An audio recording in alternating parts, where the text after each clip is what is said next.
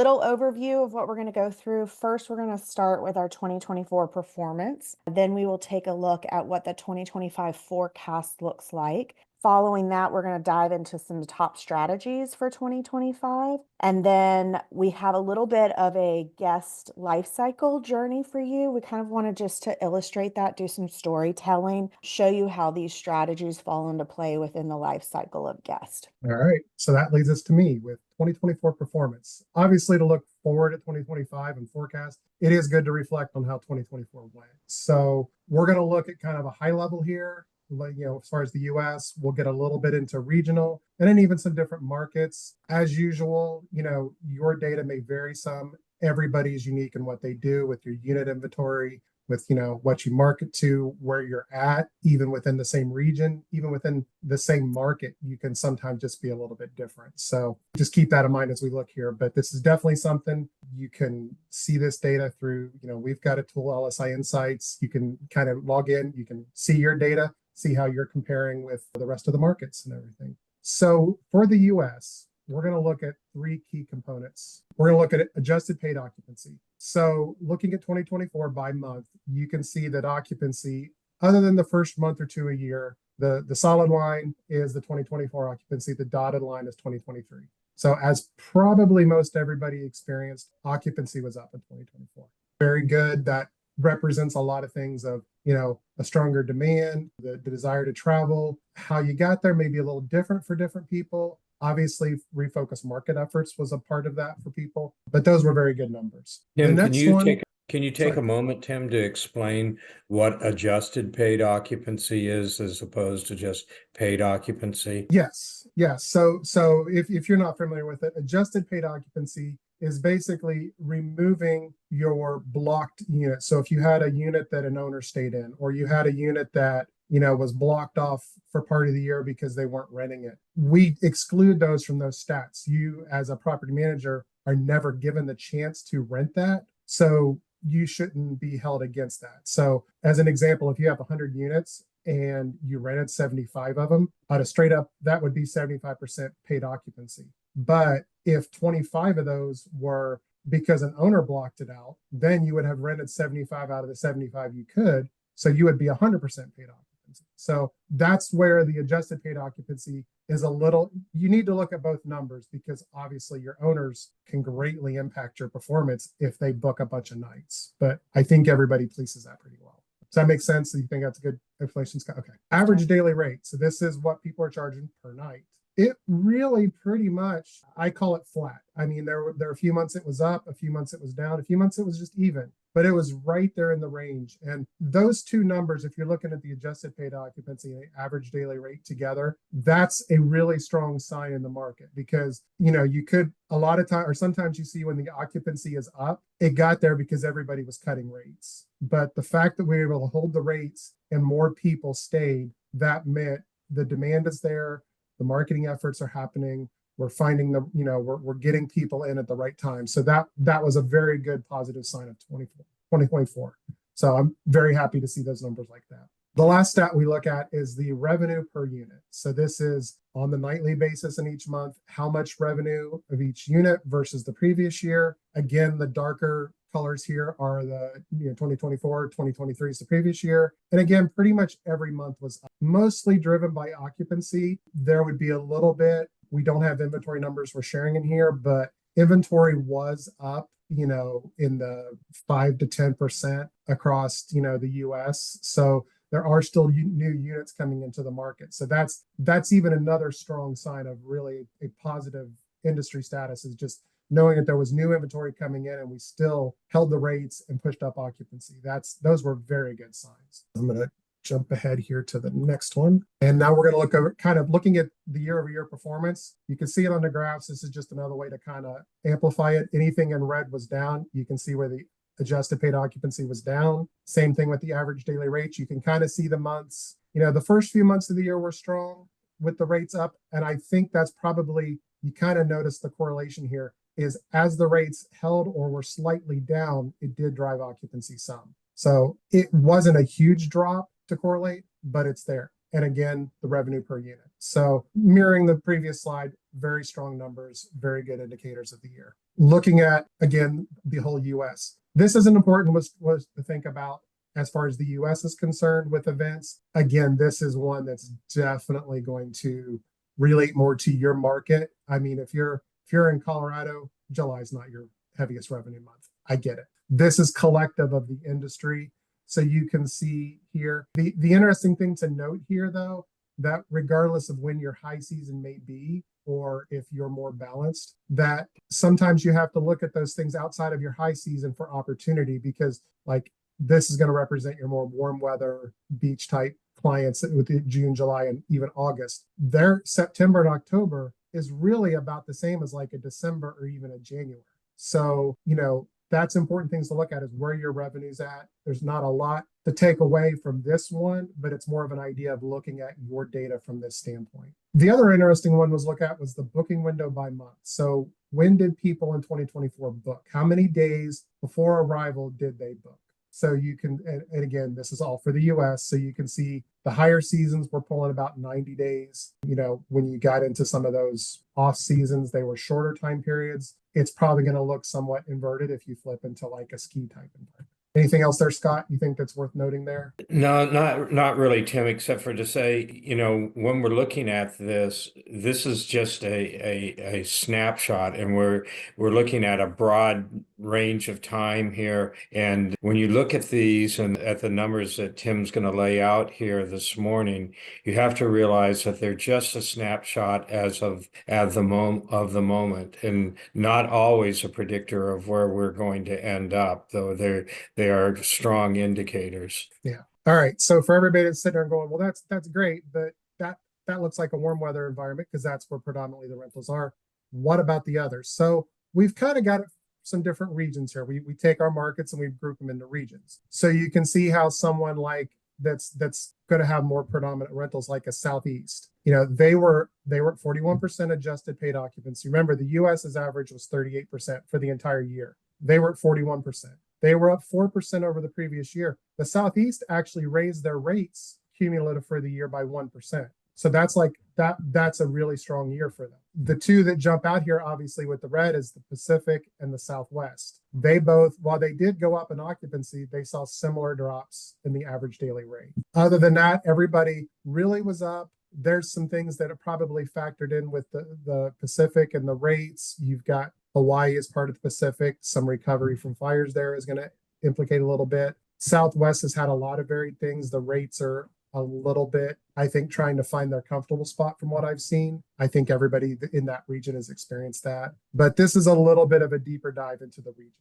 The next step then, what we did beyond that, was to look at our markets collectively across the US. So we've got everything broken up to about approximately 52 different markets. Inside of those markets, each market collectively, this is what we were looking at. So for the average, adjusted paid occupancy, everybody averaged 37%, just taking each market and averaging them together. The 80% range of that, so basically the majority were between 27 and 48%. So there's a few outliers. There's some that may have had a couple markets that may have had 50, 55%. There's a couple markets that may have had 20. But in general, everybody landed in that range. The awesome thing here is 98%. So like all but one or two of those markets went up in occupancy. So that mirrors what we were looking at with the US. Everybody went up in their adjusted paid occupancy. Really strong numbers. Going to our next stat we've been looking at, average daily rate. So all the markets averaged $326, ranged from $211 to $44 for the majority. There are a few that were higher, a few that were lower. So you may know yours and where your own company's numbers, or you may know your market's numbers. You can see kind of where you land in that. The interesting thing here, again, backing up what we've seen, is 44% only saw increase. So over half the markets did not see their rate increase for the year. So that tells you that it's not just a few markets that's carrying the heavy weight of keeping the rates up. Everybody, over half the people are experiencing that rates just not quite at where they were last year. So Tim, I noticed a few questions coming in, and I think we decided that we were going to try to handle those toward the end. But one is particularly germane to this that I think we ought to share. The question was, what is the source of this data? Okay, so we have couple of sources. We will look at what's in the industry. We'll look at across Inhabit clients, and we'll look across the data that we have in that. So with our LSI insights, it's kind of a cumulative of all those data sources, and we pull it together. So you'll see the similar numbers. Like if you've got an account, if you're in LSI insights, you'll see similar type numbers for the market with that. The one thing that we really lean on when we're looking at data is where we can source that directly. So when we're pulling it through an API as opposed to scraping data, Right. it's going to give a lot more reliable numbers. So that's the numbers that we lean on and really focus on are those that we can directly pull the numbers from a PMS system. Yeah. And that's probably an important part of that answer, in that we are just professionally managed data. That's probably the best answer. What we are not is, this is not Airbnb data. I mean, there may be some Airbnb listings in here, but those are coming from people that are professionally managed. So if you're in a market that relies heavily on Airbnbs and you're doing everything on Airbnbs, these numbers may not be anywhere close to what you're seeing, because there's just that whole other segment. It's a challenge sometimes to see that, and it does become a matter of, you don't know if something was on Airbnb today for $300 a night. If it's gone tomorrow, you don't know if it rented for $300 tonight, if they took it off the market, or if it rented for $200 a night.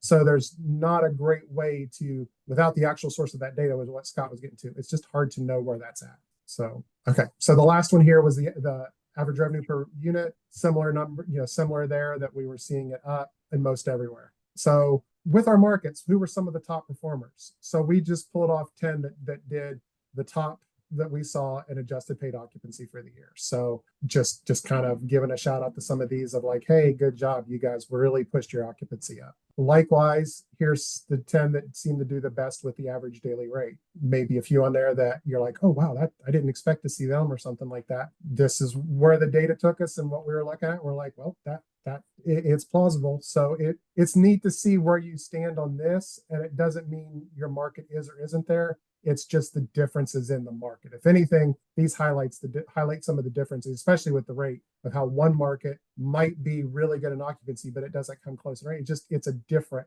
market. So Tim, this Yeah. is a good example of looking at something and not always coming up with the right conclusion. So when we look at Hawaii here at 57%, we're saying, wow, they're really doing well, and they must have rebounded from the wildfires. But that's actually not the case, because we're only looking at 57% of the available units. So when inventory accretes from a program, it's just not picked up and measured. So if you have less inventory in the same market, you would expect the percentages to climb, and it's Right. particularly in Hawaii as was there. And like Hawaii not being on the top of average daily rate, they could have pushed, as trying to draw people back, their rate could be a lot lower historically. Their Hawaii's rate could be down 10% from the previous year. I haven't looked at it. I don't know. It may be the same. There's a lot of factors at play there, especially with the inventory. So that's kind of a look back at the 2024. I mean, it was a good year. Felt like it was positive. You didn't have to cut rates. Inventory was up. So that kind of led us into, okay, well, where's 2025? Where do we see this? And, get out the crystal ball, try to make some educated guesses. Again, not guessing, but looking at it, see what you see where it's going. The nice thing is we're 2 months in to the year, or almost fully 2 months in. So we kind of have a little bit of a chance to kind of see where we're going. So looking at the same kind of numbers, now these are year to date. So the adjusted paid occupancy year to date, we're actually trending ahead of last year where we were at this point. So if we're looking at July, at this point last year, less than 20% of the occupancy was, booked for July, paid occupancy. At this point this year, it's over 20, at or over 20%.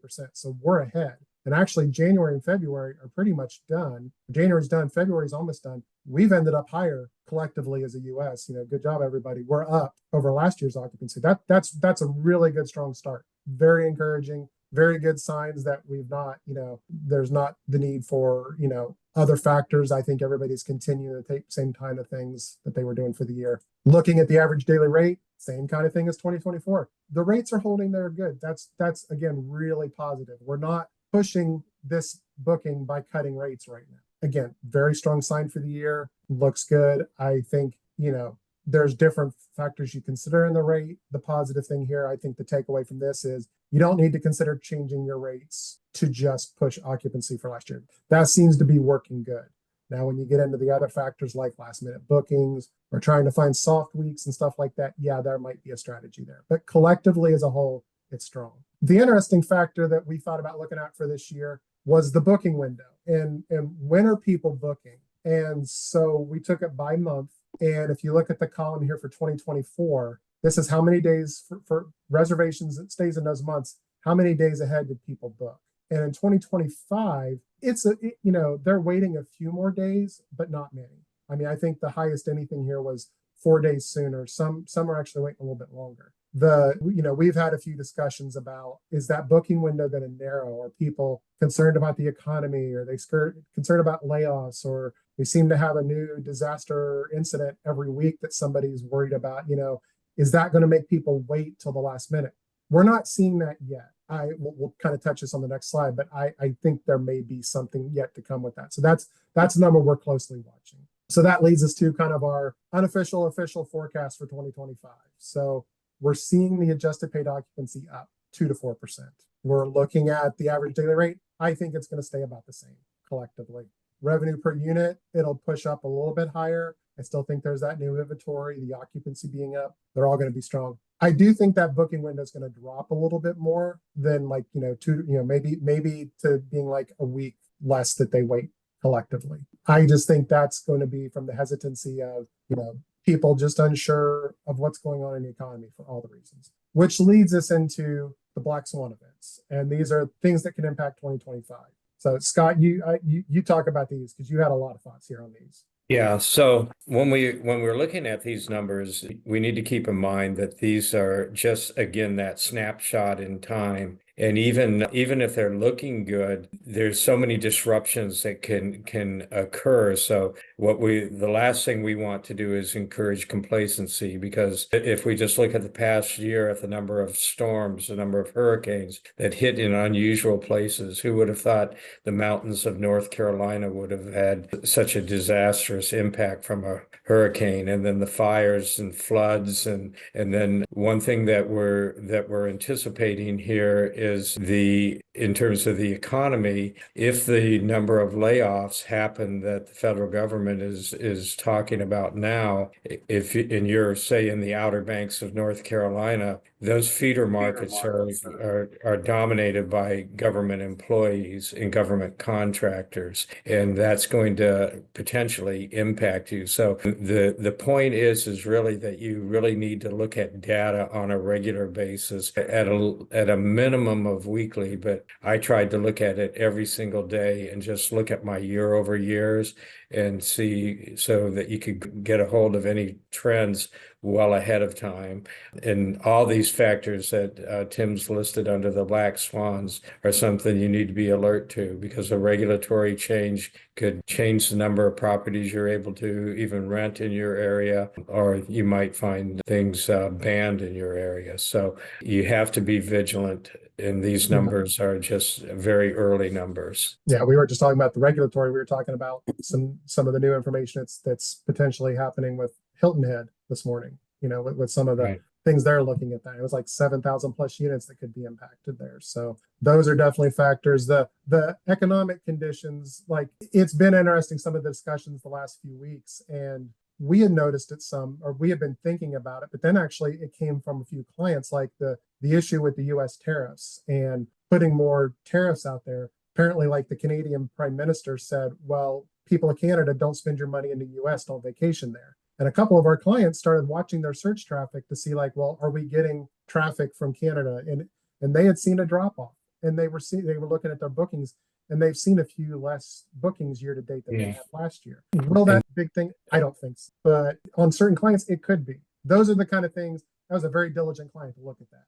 So those are the kind of things we're encouraging here. Yeah, and Tim, you touched on something, and that's uncertainty will slow decision making, and these are somewhat uncertain times right now, and so you may see some of these booking windows shrink as things develop politically, and even natural disaster. All of those things are going to continue to impact. And that's something we're going to touch on some revenue management in just a minute. But that's one of those things I like to encourage people when you look at things like, oh, well, we should have, if you're watching a pacing report, you're watching stuff like that, and we should be getting bookings right now. What's going on?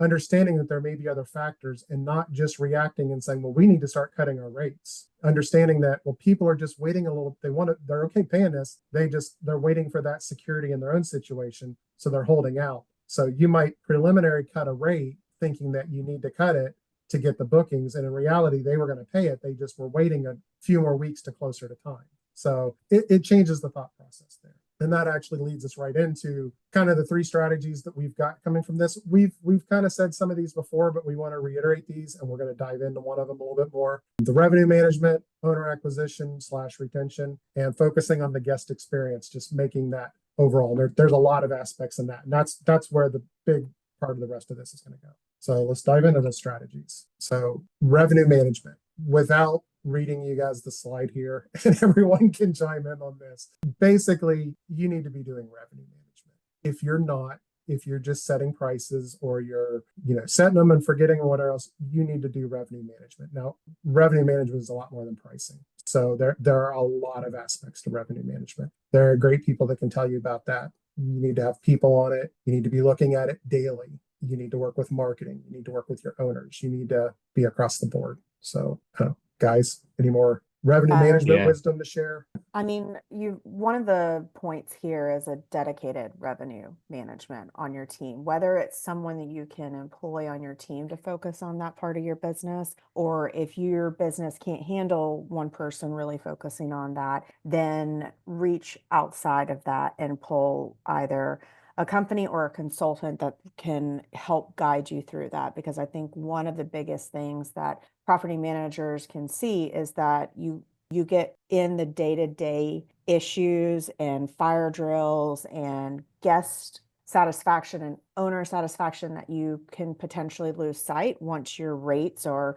potentially set. I mean, we look at some areas within the US, and North Carolina, the coast of that, is one of those where they build their rates out at one point in time of the year, and then it's kind of like leaving it there unless they have requests from homeowners come in about adjusting rates and things like that. And so there's absolute opportunity, and you are not doing the best you can at your business if you're not specifically focused on revenue management and having someone dedicated to that on a daily basis. That would be my biggest takeaway. It's much more than setting like you mentioned the coastal Carolina clients. They've always been, it's a week, here's the price, we're good for a year. You can't really change those rates a lot. But when you get into revenue management, setting your goals for units, adjusting those as you go through the year, setting specials, shorter stays, gap nights, looking at all of those things, having a budget where you have all your units set with goals. So maybe it's a single unit you have to, those are all important. That's why you need a person. It's not just automated pricing. So yeah, and there's quite a shortage of that expertise within our industry too. It's not like you can just go out and grab someone off the street and put a name tag on them and say they're a revenue manager. It's a fine art. And my personal recommendation is that if you 100% should be using revenue management, and if you don't have the expertise on staff, outsource it, at least for a while, until you can get that internal resource. And I personally believe an internal resource is always better, but there's not a lot of training out there and a lot of it just comes from experience. So, the strategy would be to outsource it until you can do it within the company. And Tim, you mentioned this already, but ideally your revenue management and your marketing teams are working in tandem constantly, and your marketing team is keyed on to those booking trends so that they can react and execute kind of accordingly. Yes. It's not just one person. One person's the conductor, but everybody else has to be a big part of it. Yes. All right. Strategy number 2 is our owner acquisition. And that gets talked about a lot, but I always insist on throwing on retention on there, because it doesn't make any sense to go get new owners if you're not going to keep the owners you have. And there are other people out there trying to steal your owners. So retention has to be just as big of a focus as acquisition. So that's always the biggest takeaway here. There's a lot of strategies. There's a lot of great ideas. Grace was full of ideas one day when we were talking about this, of strategies that she's helped set up and do and everything else. So Yeah. Go ahead, Grace. I was just going to say we are definitely seeing an uptick in clients talking about homeowner acquisition. And I think like some of these years that might be a little bit of an off year in booking is a really good time to put a little bit more effort into that. There's definitely going to be homeowners, probably including your own, who are going to be sniffing around, kind of poking around and seeing what's out there. And if you're prepared for that and you have some things in place, you can really capitalize on that interest and also prevent your own owners from churning. So it's kind of being prepared. I think also if you think about, if you're not talking to your own homeowners, guarantees someone else is. So, you might be inundated with those daily things that pop up, and maybe, your outward communication and follow through and follow ups with your existing homeowners. Sometimes you think that like, okay, if they're not calling me, they're happy, but that's not the best mindset at that point in time, because if they're not calling you and you're not reaching out to them,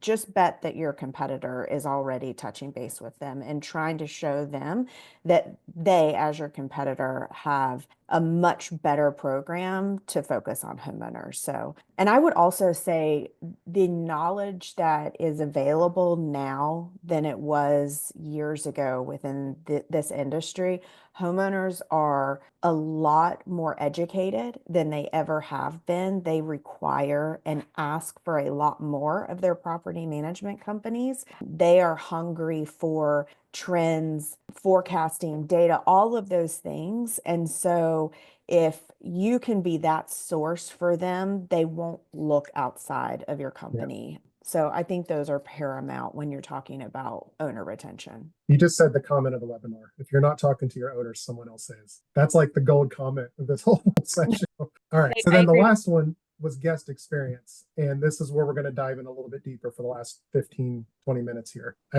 Jordan, if you want to take this one a little bit more and start going into your story of stuff, or yeah, absolutely. So the third strategy that there's so many strategies for 2025.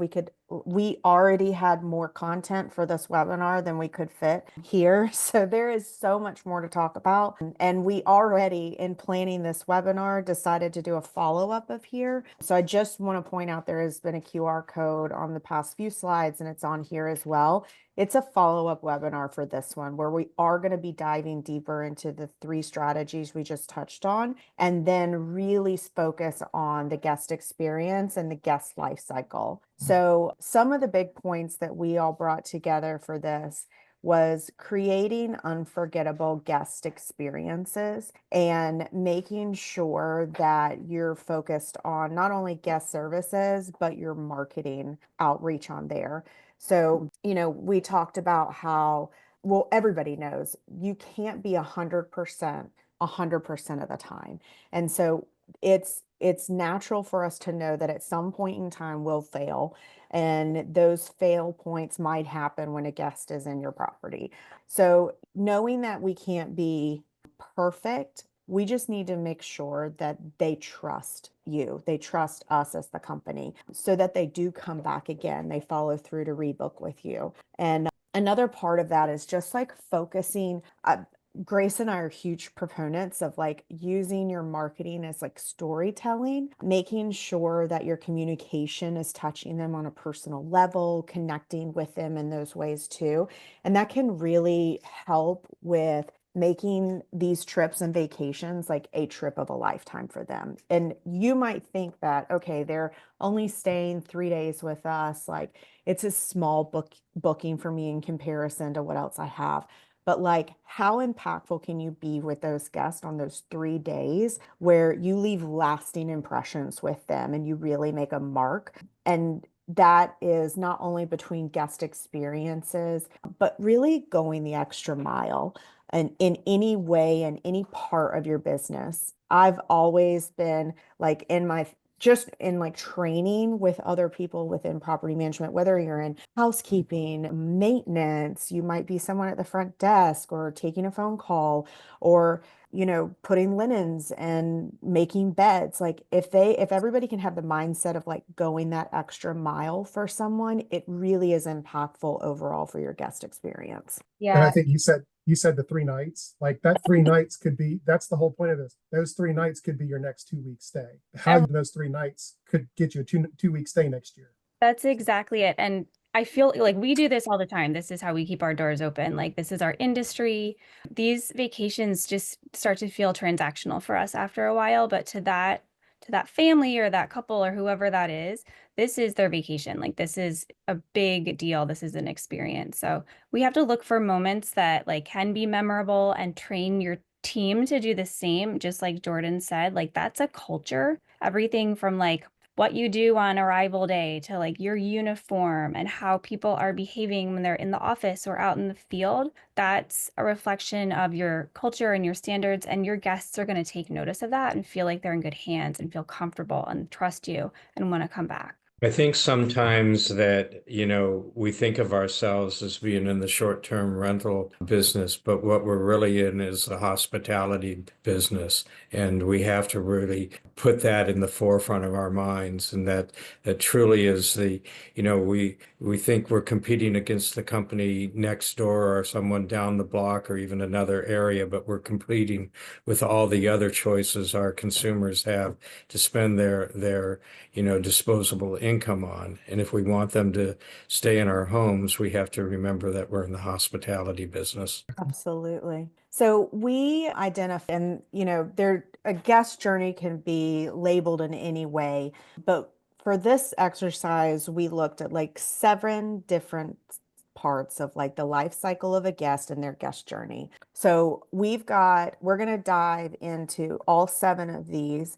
We, of course, could be on here for hours, but we're not. So Dustin, don't want to otherwise scare you from that. But our plan is to kind of lightly touch on those life cycles on a marketing perspective, a revenue generation perspective, just a guest satisfaction touch points for them. But some of the things that we're going to highlight are optimizing your revenue during these journey processes and just their stages within their journey. And then not only just revenue, but non-shared revenue. So revenue that's straight into your pocket versus one that you are going to take a percentage of, and then your homeowner is going to take part of that. So for storytelling, we're using people we know who travel. So I volunteered my family to kind of just to be able to make a connection through somebody's life cycle, where Grace like nailed it when she said that sometimes bookings can be real transactional. Like you see how many bookings you made in a day, and like you have a reservation number, and sometimes your properties even have numbers. And so like you're just really looking, and I mean, we looked at the data from 2024, and they're really just markers on a chart at some point in time. But honestly, these are like families, hardworking, who are setting aside part of their money to focus on travel. So just wanted to give you like a brief insight of like who I am as a traveler. I know I don't fit everybody's model. I know I'm different than some, but there's trends in my travel compared to others. So if you'll actually go back, Tim. Oh, sorry. You're good. So I'm all about like experiences for my children and my family. I grew up vacationing on the coast of North Carolina. Wrightsville Beach was where we went every year for our annual beach trip. And that's what I treasure from my childhood. And that's what I remember. So we've been really cognitive to like give experiences to our children versus things. And by doing that, that has increased our travel within our family. So for me, I'm looking for creating lasting memories, obviously stress-free. I mean, we all know, as if you are a parent, vacationing is not really a vacation with your children. You're just parenting in a different location. But I'm looking for opportunities that I can like not have to worry about the stress or coordination, and budget conscious, but I'm fine to splurge if it's really going to enhance my trip. So that is a key for like upselling opportunities. Like, so start thinking about ways that you can upsell services, those types of things to your guest, increasing revenue because they're willing to pay more if it's something that they want to really experience or is going to like take task off their plate and really can focus on their vacation. And sometimes the timing is a matter of offering that at the right time. Correct. My booking window is short. I mean, in some cases, I know I've seen some people chime on here that their booking window is like 30 days. I've booked stays within 30 days. I tend to be a little bit more flexible. I've got two young kids and I work full time. So I can't always say this date 9 to 10 months in advance is going to work for my family. So being flexible in that is something that my family has been doing Yeah. through bookings. All right. So the first stage is like dreaming and aspiration. And so this is honestly when we're all just thinking about what that next trip is. Sometimes this dreaming and aspiration can start right after you leave your vacation that you might have just checked out of because you're already planning ahead of like you want to do this again. So there's an opportunity there to follow through and real just strong marketing opportunities that Grace and I had touched on, but really touching on your brand awareness, making sure that you're found obviously within social media, writing blogs for content purposes to get them back to your website. But this one is pretty light in comparison to revenue that we've got. So I think we should just go to the next cycle. Grace, do you want to touch on this one at all? Yeah, I mean, it's kind of an extension of the dreaming phase, I would say. You're starting to kind of like hone in on probably where you want to go. You're checking out reviews. You're starting to actually like look at places to stay. So getting a little bit more, sorry, my email keeps going, getting a little bit more honed in on what the final plan is going to be. You know, marketing opportunity here, targeted ads and personalized email campaigns are super powerful, family-friendly amenities. Flexible cancellation and travel insurance promotions, like Jordan said, that's important to my family as well when we travel. So making that a part of your marketing and putting that out in the forefront, and then just continued brand awareness and reach. And I know that there are people here who you might have like a lot of your guests are coming from OTAs and branding doesn't feel that important to you, but it's actually even more important to you because with that brand awareness, you can convert those guests into direct bookers, which is going to save them money and save you money down the line. And you can probably move on. Yeah. So booking and confirmation, obviously they've done their research. Most times they have focused on this for weeks or months. It's been a stressful process. I mean, I don't think many people will say that they really enjoy making all the plans for a vacation. So it is a process during that where, you know, they've compared properties, they've compared rates, they've looked at all of those things, and they finally just narrowed down exactly what they want. At this point in time is your initial opportunity for a few of those heavy hitters when it comes to upselling. Grace just mentioned travel insurance. And first, it doesn't cost you anything to provide travel insurance for your guest. Your guests pay for the travel insurance. You actually make a commission off of it. And so you're bringing in revenue from the travel insurance that is sold, that policy that is purchased from your guest. So right off the bat, if you're not already providing travel insurance, it's a no-brainer for your business. It makes things a little bit easier for your guest if they do have situations where for whatever reason they're impacted during their stay. There's also policies. Rental Guardian has a cancel for any reason policy where there are so many reasons for someone to cancel and it'll be covered. Because we know those are tough conversations that you have as a property manager when someone needs to cancel and you don't function like a hotel where you have a several day window of free cancellation and you can't just return their money back. In some cases, some of those revenues are already distributed out to your homeowner. So having policies like that that really cover everything that you can think of for canceling really makes those experiences much better for guests. To me personally, travel insurance is one of the biggest things for guest experience. If mostly because that deals with the, like in this example, $2,700 or $3,000 they're paying, that could potentially refund their money to them.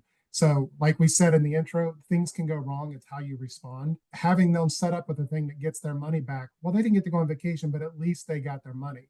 Telling somebody, sorry, our policy is you don't get your money back and you didn't have insurance, they're not going to want to stay with you again, no matter whose fault it was. So that guest experience, the insurance is something you can do. And as a guest, yeah, you've got to convince them the value of it, even if they don't. And cancel for any reason, that's a game changer. you don't know what that is, talk to Rental Guardian. And the next slide outlines kind of some additional upsells. I agree the travel insurance is really critical to your guest experience and to yours in your day-to-day role as a property manager. And then here are just some additional, non-shared revenue opportunities that you can offer.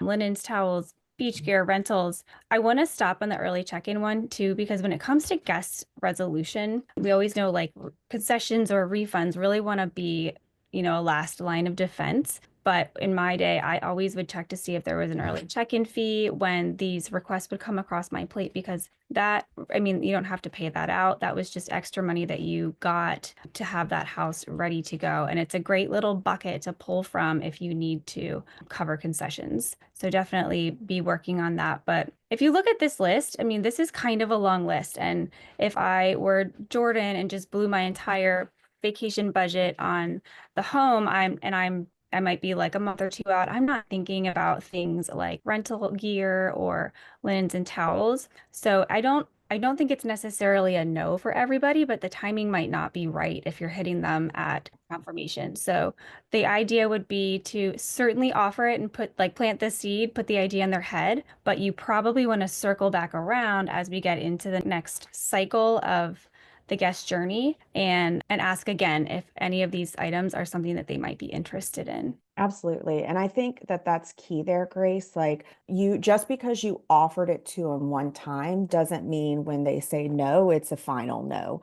So look for those opportunities in the pre-arrival, and we're about to head to that stage 2 of their life cycle. Look for opportunities in the pre-arrival where then you can pitch again, because, months ago they might have been like, oh, we can bring that with us. And then when they get packing, there isn't any more room for anything extra. And so because it's going to relieve stress on me. I don't want to bring all of our beach chairs, umbrellas, like all those things. I'd prefer for those things to just be waiting for me when I get there. And so that is a great opportunity of, just repitching those things in a lighter message. Maybe it is we used to have in our property management company several pre-arrival emails. It was like a month before, and then staged a couple weeks before, and then a few days before, and then the actual day before. So as long as you have multiple point of contacts with them, because they've got questions, they're wondering where things are, sprinkle in those upsell opportunities where you can show them, hey, remember, these things are still available. We know you don't want to bring them with you. And it's a great opportunity also for those experiences, which we'll dive in as well. Just adding any of those extra experiences that you want. There was a question, but I think we can touch it on the next one that I thought was really good. If I can move up there. Yeah. So pre-trip preparation, very much like what we were just discussing. They've gone through the tedious and terrible process of packing up their lives to live in a different location for, 3 days or a week or 3 weeks. So be their source of education. We all know everybody's going to be Googling, they're going to go on social platforms, they might check out Pinterest to see top things to do in these areas. Make sure if those items are things that they're searching for, make sure you have those on your website so that you can be that point of person of here are things that you can do, and then having those upsell opportunities within there. Maybe it's top 5 things to do in our area, and here are the excursion packages that we have that you might team up with a small business in your area, and there's a little bit of revenue share there. Not only are you supporting the local economy, but also being able to add some revenue in for your business. Can we talk about gap nights though? That was one of the things that was talked about. So the comment that came in, and I'm going to let Grace talk about gap nights, but there was a comment in here about is the data focused on urban areas, and for people that are traveling for work, but then decide they want to add a few extra days to their stay. That not only is kind of touching on gap nights, but it focuses on there's a traveler that doesn't specifically come to your area specific for vacation. They're there for business.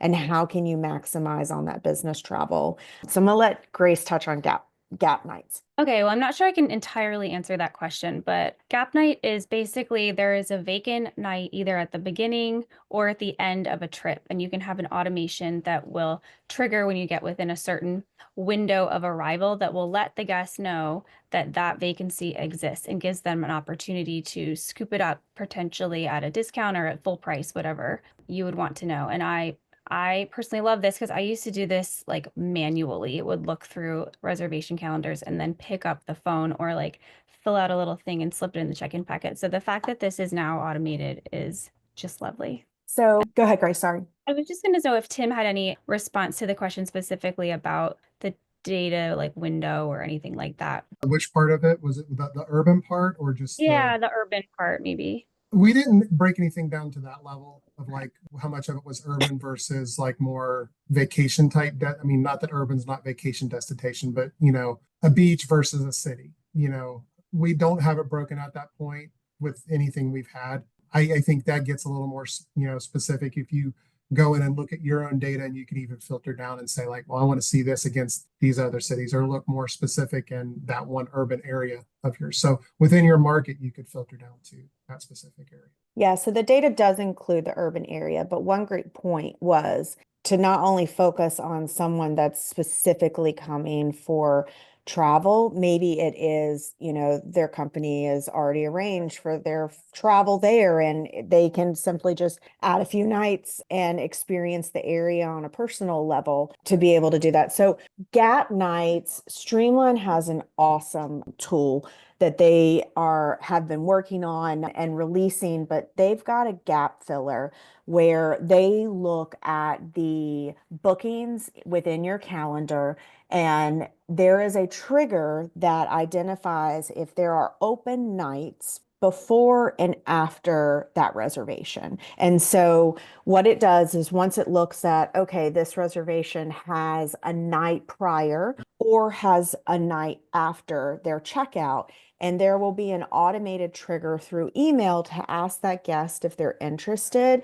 in adding additional nights to their stay. So would you like to add an additional night on the front part or on the back end of your stay? That has been and is in a lot of other property management systems a manual process. We had people within the property management company that I worked in that would look at those manually and try to identify those opportunities. And that is really awesome, not only for your company, but for your homeowners to see that you might book if your average night stay is 5 nights, and then you start to bring in these additional one night onto reservations, increasing the rent amount. It doesn't adjust like obviously your housekeeping fee or anything like that because it's not a new reservation turn, but that is just incredible opportunity, especially with it being automated. But any of those opportunities, whether it is a manual process or you are on a property management system that has that capability built into it, focusing on doing additional nights and adding on to an existing reservation. On trip experiences, basically like when you're there, you want to really sell your local community to these guests. Talk to them about events that might be going on or activities that they could take part in. Like I said, social media engagement with guests in real time. That's a great way to kind of get their faces out there and get them engaged.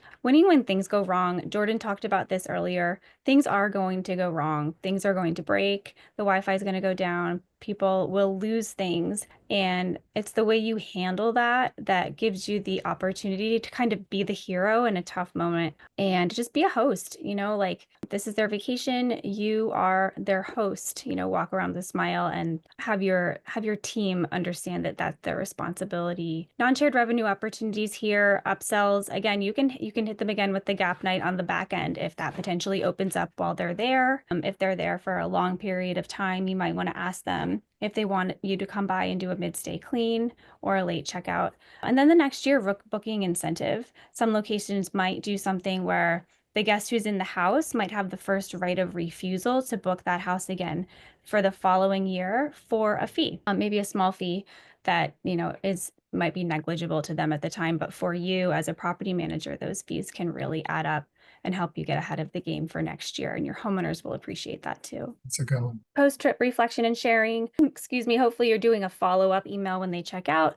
Check on them, ask them how their stay was, certainly solicit a review from them. You might potentially offer them an incentive to come back, kind of what we just talked about, but invite them to book the same house again for the next following year, or another house that's similar in your inventory. And I love this, a link to a photo contest where they can submit vacation photos for a prize. Just another way to engage with the guest. Everybody loves to show off their vacation photos, so getting them to jump on your Facebook and tag you, builds up your engagement, and they get to be in lights for a day or whatever. But yeah, revenue opportunity, rebooking again for next year is always important. And I think with guest reviews too, that you should also focus on, it's paramount within the OTAs that those bookings are coming from to get that review so that it is passed in to like Airbnb, VRBO, any of those OTAs where you can get that review from that guest. And it really helps with amplifying your listings on their platform. So not only receiving a review that you can list on your own website, but focus on those reviews when they check out and being focused on your OTAs. Great point. So loyalty and repeat travel. I mean, obviously, Grace just touched on some of these, but focus on like personalized re-engagement emails, whether you have those set automated, but it's always good to just continue to follow up with them once they check out. We suggested in here 3 to 5 times after their stay, just to be top of mind with them. If they'll find where they want to stay, but they might also try to remember back of like who they were with before. So sending emails like that and being in the forefront of your brand. One of the questions that did come in, and I know Grace has a really fun, just have so many ideas on that, but someone said, if you have someone come from like Airbnb or an OTA, how can you get your brand in the forefront of them so that they recognize that they're staying with you versus Airbnb? I'm so glad somebody asked that question because I was going to jump in there. No, absolutely. In the house is a great place to do that. You can do that. You can start with a welcome package where maybe you have a little tote bag that they get when they check in that has maybe an area map or some literature that's going on, or some extra amenities. You can do a little, I don't know what they're called, little tent on a table that just has your company name. Inside the house is really where you're going to get the biggest bang for your buck there. But there's other things you can do. You can offer them an incentive to come by an office if you have a local office and just push your brand in front of them there. But if it's something that you're curious about, you're welcome to reach out. And we're probably going to talk about it more in this follow-up webinar. We had one comment here that I think is probably several of the people who are listening may share. And this was from Lori, who says, hey, these numbers don't seem to jive with my location. And I would expect that. What I would suggest is, and I said this at the beginning, is that you have to be looking at these numbers at a regular cadence, at least weekly. And the tools are out there that you can drill down with. Data Insights, the tool that most of this was built on, is actually free to you if you're a Streamline user, or actually almost any of the Inhabit PMSs. And you can drill down to your area. You can drill down to different segments of your inventory, different Zip code, periods. bedroom size. Yeah, zip code. You will find it fascinating and habit forming if you do that. And really, there's almost no excuse because it's free. And that's a good exercise to be in for any of that. There were a couple questions. Someone was asking about Texas and where Texas was located in the data, specifically the coastline of Texas. I think Texas was part of the Southwest, but I'm not sure. Yeah. I think Texas is broken into 3 markets. There's like an upper Gulf, the lower Gulf, and then there's the inland area. I think that's the 3 markets we have there. Well, we will get specifics on that and then reach back out to you on the Texas location. And that's another good reason to get data insights yourself. Just it's so simple, but you can't look up the state of North Carolina and make the same conclusion for the mountains that you're going to do for the coast. So you really do need to be able to drill down and not just speak in generalities. You go along any coast. And I mean, you go on the East Coast down through the Carolinas. I mean, any one island, the next island that you can see from one island is going to run different in rates. Just they're different makeup of what they are. It's going to happen. It's, I'm thinking like around like Tybee Island and Hilton Head. They'll run similar in numbers, but they're not interchangeable. They're just different. They're slightly different markets, have different inventory, different styles, but they're close proximity to each other. Several North Carolina coast that are like that too. So we had another Q&A come in. Is the revenue, is that the whole revenue or just rent? Just rent. We leave the other out because it's hard to gauge that because you've got different tax rates, you've got different, insurance rates. I mean, your coastal companies that are more in hurricane prone, it's a little easier to sell travel insurance to somebody for that than somebody that's going to, although it will get easier this year, but somebody that's staying in the mountains, they don't typically think there's a reason that they might have their vacation interrupted.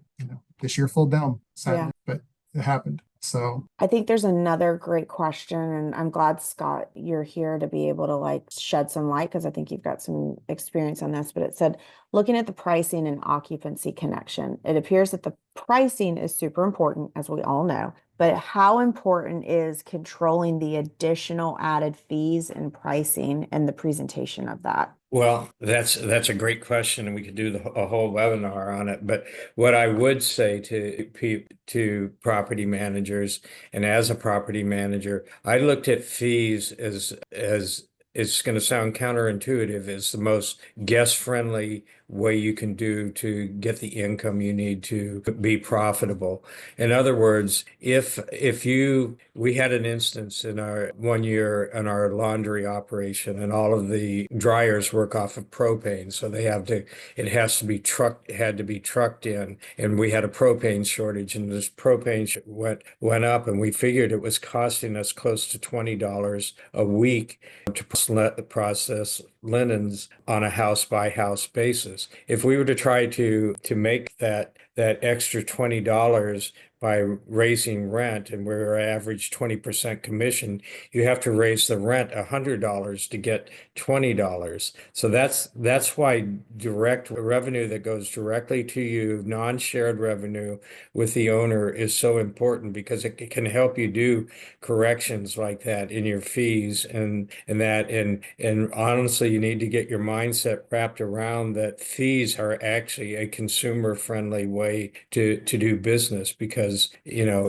otherwise you're just going to raise the rent to unattainable rates. They're important. I think you want to be full disclosure in your fees. I mean, most everybody has some sort of an administrative fee that you cover your credit card charges or your damage protection fees or other operational costs that you just have. Obviously making those reasonable and what that is, but don't just say extra fees and put your cleaning and your linens and everything else in that. Even if they're not optional, if they're required, separate those out. One that makes it clear to your owners that while I'm renting this for $7,000, only $5,000 is the rent. The rest of this is my cost for linens, my cost for this. And two, I know California's got the regulation, and there's talk of eventually becoming for the rest of the country, where the whole junk fees and disclosing the rates and everything else. So you want to be it is, Tim, it is actually, the FTC has made a ruling, and we have to display pricing clearly for consumers. There can't be hidden fees when they go to calculate that. You can do fees, but you have to show them, and you have to show them early on in the point of the transaction. Somebody can't think they're renting a $2,000 a week home, and then when they click, book it now, it's all of a sudden 3,000 or more, and taxes are going to already accelerate that. So you have to be transparent with your fees, but it doesn't mean that you have to break it out into the minutia. You can do it into a category as well. And so, but you have no choice any longer. The FTC has made a ruling on that. Consumer groups are going to be all over that and challenging it where it doesn't happen. You don't want to be their test case. We've got so many Q&As. I'm so thankful for that. I'm glad you guys have questions. We are absolutely ready to answer those. So what we will do is, once we conclude here, we'll pull all the Q&As and then have someone reach out directly with you. And there's some like very specific questions about market, about area like that. We'll absolutely have one of our team members reach out to you directly. So if we didn't live answer or through the Q&A chat respond back to you, no worries. You still have while we're on here, you can throw in your questions within the Q&A. We'll make sure they get answered. One question that kept coming up, we talked a lot about occupancy differences between 23 and 24. We talked about the revenue differences. What about inventory, Tim? When you were pulling it, was there insights into like the actual inventory measures for 23 versus 24 and Yeah, 20 looking at collectively, 25? it was kind of up between 5 to 10%. I mean, it's kind of a wide range. It's inventory is always the hardest challenge to track because you've got units switching from company to company. You've got units leaving the market, jumping in. You have it's like trying to, count animals in a barnyard. It just, if they all would sit down and stop moving, you could get a fair count. But it's constantly moving and changing. But overall, that seemed to be about, and that matches up with a lot of what we've seen of other reports with that. I feel like it's still going to be an inventory increase this year. I think I still can't seem to do it, but I almost made it through this presentation without at least referencing COVID once. But I think COVID really disrupted the inventory so much of people that between shutting things down because they were scared of stuff, or putting things out there trying to make a dollar that should have never been a rental in the first place, or people that were jumping in to the investment market and putting a place up, buying a place and building it because they wanted to make money. And now they're not making the 2022, 2021 COVID money that everybody was making off the big time stuff, that they're shutting those down and selling them to, and going off the market. So I'm seeing that market. I see that seem to be, minimizing and dropping out. I think it's just, as Scott referenced them, the Black Swan events, regulations are the biggest enemy of new inventory coming into a market or pushing things out of the market. That can really hurt. I think the desire is there. I mean, if you vacation anywhere, you still see homes being built, and they're not being built for people to live most of the time. They're built to rent. So I see it growing. I don't see it being more than what it was last year. So that 5 to 10%. Awesome. Thank you, Tim. Well, thank you for everybody for your time. This was so wonderful just to be able to pull all of this data for you, be able to also help people understand once you have the data, what does it mean? But if you haven't already, we've got an upcoming webinar. We're going to continue this conversation, dive deeper into those engaging with guests and maximizing your revenue. But I thank you all for being here. I want to thank Grace and Tim and Scott and Megan here, Megan Gregory on our Inhabit marketing team, who's done the operational back end of this webinar to bring it to you guys. So I just appreciate everybody's time. We are recording. The recording will be available. We'll work on that in the next few days of getting that online for you to rewatch. So if you wanted to skip back to something that we talked about, no worries, it'll be available. And then again, all the Q&A questions, anything that came in, we will send that out to the team and have direct reach outs to help answer those. So appreciate everybody's time today. Thank you so much.